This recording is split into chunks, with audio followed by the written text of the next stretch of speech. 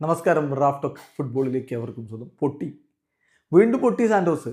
Neymar ഇല്ലാതെ എന്ത് Santos? No Neymar, no party. കഴിഞ്ഞ സീസണിൽ ബ്രസീലിയറോ സീരിയയിലല്ല, രണ്ടാം ഡിവിഷനിൽ കളിച്ച ടീമാണ്, പ്രൊമോട്ട് ചെയ്യപ്പെട്ട് വന്നതാണ്. നെയ്മർ വന്നതുകൊണ്ടാണ് ഇപ്പോൾ എത്ര വലിയ ഒരു വാർത്താ പ്രാധാന്യം കിട്ടുന്നത്. അല്ലടോ, നെയ്മർക്ക് മുമ്പ് സാന്റോസ് ഇല്ലേ? പെലെ കളിച്ച ക്ലബ്ബല്ലേ? ഒക്കെ ഉണ്ട്. പക്ഷേ ഇപ്പോഴത്തെ അവസ്ഥയിൽ സാന്റോസിന് ഈ പ്രാധാന്യം കിട്ടുന്നത് നെയ്മർ അവിടെ ഉള്ളത് കൊണ്ടാണ്. അത് സമ്മതിച്ചേ പറ്റൂ. പക്ഷെ നെയ്മർ ഇല്ലെങ്കിൽ അവരുടെ അവസ്ഥ എന്താണ്? വീണ്ടും വീണ്ടും പൊട്ടി പൊട്ടി പൊട്ടി. ഇപ്പോൾ ഈ ബ്രസീലിയറോ സീരിയയിൽ അവർ 6 കളികളിൽ നിന്ന് വെറും 4 പോയിന്റുമായിട്ട് 19ാം സ്ഥാനത്താണ്. നെയ്മർ കളിച്ച കളിയാണ് വിജയിച്ചത്. പക്ഷേ അതിനിടയ്ക്ക് അദ്ദേഹത്തിന് പരിക്കും പറ്റി പോകേണ്ടിയും വന്നു. എന്തായാലും 6 കളി, 1 വിജയം, 1 സമനില, 4 തോൽവികൾ, 4 പോയിന്റ്, 20 ടീമുകൾ കളിക്കുന്ന ബ്രസീലിയറോ സീരിയയിൽ 19ാം സ്ഥാനത്താണ് സാന്റോസ്.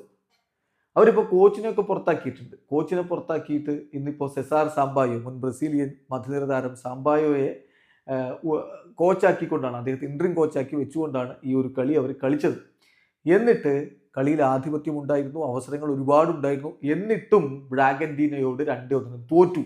63ാമത്തെ മിനിറ്റിൽ എഡ്വാർഡോ സാഷയിലൂടെ ആദ്യ ഗോൾ ബ്രാഗന്റീന നേടി. തുടർന്ന് 83ാമത്തെ മിനിറ്റിൽ ലാക്കിൻഡാന കൂടി ഗോൾ അടിച്ചപ്പോൾ ബ്രാഗന്റീന വിജയം ഉറപ്പിച്ചതാണ്. പക്ഷെ അവസാന ഘട്ടത്തിൽ ഡേവിഡ് വാഷിംഗ്ടൺ ഒരു ഗോൾ മടക്കി സാന്റോസിനായിട്ട്. പറഞ്ഞിട്ടെന്ത് കാര്യം? 2-1 പൊട്ടൽ. നെയ്മറുടെ മടങ്ങി വരവിനായിട്ട് കാത്തിരിക്കല്ലാതെ മറ്റു മാർഗ്ഗമൊന്നുമില്ല. അതിനിയും ആഴ്ചകൾ എടുക്കും എന്നുള്ളതാണ് വരുന്ന റിപ്പോർട്ടുകൾ. വീഡിയോ അവസാനിക്കുന്ന ഫുട്ബോൾ ലോകത്തെ കൂടുതൽ വിശേഷങ്ങളുമായി റാഫ്റ്റോക്സ് എത്താം.